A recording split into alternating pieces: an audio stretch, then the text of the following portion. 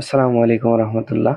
আমি আজকে যে টপিকটা নিয়ে কথা বলতে যাচ্ছি সেটা হচ্ছে মানুষের রাজনৈতিক বিবেচনার জায়গাটা নিয়ে। একটা রাজনৈতিক দল আরেকটা রাজনৈতিক দলের যখন ভুল ধরে, তখন ভুল ধরার সময় এটা চিন্তা করা উচিত যে আমি কোন মাত্রার ভুলটা ধরছি। আমি যদি উদাহরণ দিই, বাড়িতে দুইটা ছেলে সন্তান আছে, একজনের বয়স 7 আর একজনের বয়স 8। তো যার বয়স 7 সে তার নিজেরই একটা 200 টাকা দিয়ে কেনা খেলনা ভেঙে ফেললো। যার বয়স 8 সে একটা বিড়ালের বাচ্চাকে মেরে ফেললো। কে সব থেকে বেশি বড় অপরাধী? বিড়ালের বাচ্চাটা বাড়ির না, রাস্তার র্যান্ডম কোনো একটা স্ট্রে ক্যাট, তাকে মেরে ফেললে কোনো সমস্যা নাই। কিন্তু বাপের টাকা দিয়ে, বাড়ির কর্তার টাকা দিয়ে কিনা খেলনা, সেটা কি মেনে নেওয়া যায়? তো সেই কারণে অভিযোগের আঙ্গুলটা এসে পড়ে যার বয়স 7 বছর তার উপর, যে তুমি খেলনাটা কেন ভেঙে ফেললা। অথচ একই পিতার আরেক সন্তান একটা বিড়ালকে হত্যা করলো, যেটা ওই মুহূর্তে জায়েজ কাজ হয়ে গেল। তো আমাদের রাজনীতিতে এরকমটা হচ্ছে।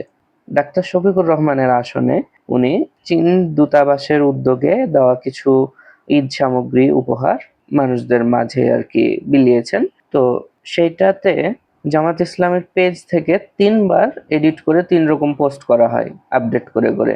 এটা করার জন্য, এটা বোঝানোর জন্য যে হ্যাঁ, এটা আমরা স্বীকার করছি যে এটা আমাদের উদ্যোগে না, আমরা কিছুই করিনি দলীয়ভাবে, এটার সম্পূর্ণ ক্রেডিট যায় চীন দূতাবাসের প্রতি। এখন এটা একটা গেল ক্রাইম, এটা কারণ একটা মিথ্যা ন্যারেটিভ দাঁড় করানোর চেষ্টা যে জামাত ভালো কাজ করে, তাই না? অনেক বড় ক্রাইম। অন্যদিকে 2025 সালের জুনের ঘটনা কুমিল্লায়, 2025 সালের নভেম্বরে লালমনিরহাটের ঘটনা, 2026 সালের ফেব্রুয়ারিতে নরসিংদীর ঘটনা, এই তিনটাতে ওতপ্রোতভাবে বিএনপির একজন করে ব্যক্তি জড়িত। তো এমন না, এমন কোথাও কেউ বলে না, বাট বোঝা যায় বললে, প্রতিবাদ করলে, যে এই ধরনের ক্রাইমগুলো দলীয়ভাবে প্রশ্রয় দেওয়া হয়। এটা কি মেনে নিবে এই ধরনের কথা কেউ? কিন্তু কেন এটা বলার সুযোগ পায় মানুষ? কারণ দলীয়ভাবে কি করা হয়? দলীয়ভাবে সর্বোচ্চ বহিষ্কার করা হয়। তাও খুবই রেয়ার, খুবই রেয়ার। পারলে তো তাকে যদি কোনোভাবে জেলে নিয়ে যাওয়া হয়, জেল থেকে ছাড়িয়ে নিয়ে আসা হয় টাকা পয়সা দিয়ে। 3 থেকে 4 মাসে যে পরিমাণে ধর্ষণের ঘটনা ঘটেছে, কতগুলোর বিচার হয়েছে? বিচার হয়েছে, বিচার হয়েছে। ভাই বিচার, বিচার মানে বুঝেন, আদালতে যে রায়টা দেয় এটাকে বিচার বলে। এটা বিচার কেমনে ভাই? এটা তো বিচার না, এটা জাস্ট রায় দিয়েছে।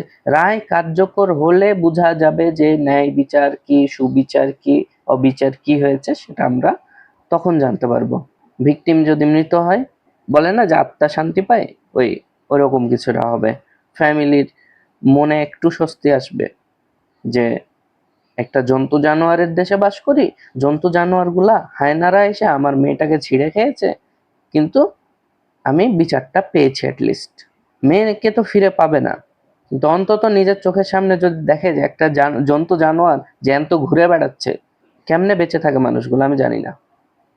আপনাদের দল ক্ষমতায় আছে, আপনারা নিজের দলের লোকদেরকে বাঁচাবেন, মানলাম। তো যাদের দলীয় কোনো পরিচয় নাই ওদেরকে ঝুলিয়ে দেন না ফাঁসিতে, যে কোনো ভাবে শাস্তি দেন না। আরেকটা গ্রুপ আছে বিএনপির, আমি স্পেসিফিক বলি, তারা কি করে, স্বরাষ্ট্রমন্ত্রী সালাউদ্দিন আহমেদকে নিয়ে যদি কেউ কটূক্তি করে, কটূক্তি না করলেও বেসিক ভাষায় ইংলিশে যদি বলি মক করে, একটু জোক করে, ট্রল করে, এরা ফেসবুকে এসে পোস্ট করবে যে এর ঠিকানা এটা, এ অমুক জায়গায় চাকরি করে, এত নম্বর ওয়ার্ডে বাস করে, ওকে কি করা লাগবে আপনারা চিনে রাখুন, আপনাদের ওপর ছেড়ে দিলাম। এই ধরনের কথা বলে। কাদেরকে বলে? বিএনপি এবং অঙ্গ সংগঠনের ভাইদেরকে দৃষ্টি আকর্ষণ করছি। কেন? তো তোমার যদি এত হ্যাডাম থাকে তাহলে তুমি রেপিস্টদেরকে ঝুলাও না, রেপিস্টদেরকে পুড়িয়ে ফেলো না, রেপিস্টদের বাড়ি পুড়িয়ে ফেলো না। পারে না এটা করতে। এইখানে তারা নীরব। লজ্জা লাগা উচিত, লজ্জা।